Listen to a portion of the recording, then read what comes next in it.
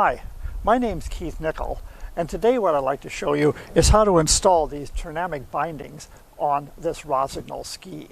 In this particular case, it's the Rossignol Evo OT60. I tested these skis a few days ago and was really impressed with how they handled hills. They've got a partial metal edge from about here to here.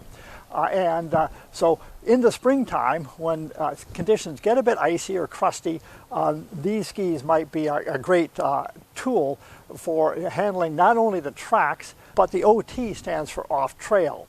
And where we ski, we've got some areas of ponds, some meadows, some open areas that are not groomed, and I think those might be interesting to explore with this type of a ski. It's a little wider, so it gives a little bit more support, but it's light enough to still ski in the tracks, and they do fit in the tracks, which is great.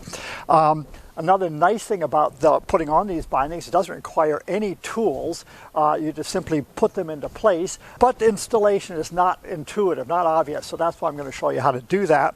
And another nice thing about these bindings is that they will fit a variety of boots. Obviously they will fit a Rossignol boot because they're Rossignol binding, but they will fit a Matthews boot as well, an Alpino boot, and others. So they are compatible with a variety of boots, which is great depending on what you've already got that you're already wearing for cross-country skiing. So what we'll show you now is how to install these bindings. So the binding basically comes in two pieces. This is the heel piece here and the toe piece here with the Turnamic dial on it here. And this allows you to adjust it for the size of boot that you're going to be using. It's all on European sizes. The boot I have is a 46. So the markings here give me a 45 and a 47. So I'm going to put this plate in opposite those boot lengths. And so once I've got the boot length, here's 45, here's 47, I just snap those into place. And that is going to give me then the correct boot length. As we can see here, this is going to be the boot length for that. So now that we've got the heel piece attached to the main part of the binding, a key part is pushing this little tab here forward. This is going to lift up two screws, which are right here, and allow the binding to slide on and set it where you'd like to put it on. Again, another important point is start at the top here. The rails here are going to fit on the outside, and then when we get to the heel piece, we're going to have to fit those in. So we're going to put this in, it slides on nicely, and now when we hit the heel piece, you want to clamp that in, and then just simply continue to push with the binding until you set it up. And I'm going to set mine at 0, 0. Okay, that's the neutral setting, and once I've done that, I can simply then push. And we just need to jimmy this a little bit, and that gets us closed.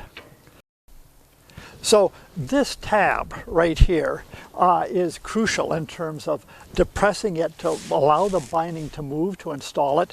And as well, we can also get a bit more grip and a bit more glide by adjusting where the binding sits. So I just really want to point out this little tab here.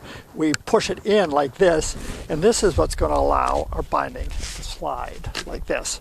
So let's show you this in a bit more detail. So there's a tab here that you simply push forward here like this, and this allows the plate here to move. You can see right now that it's at 0, 0, and this is the neutral. This is what I'm going to probably leave it at.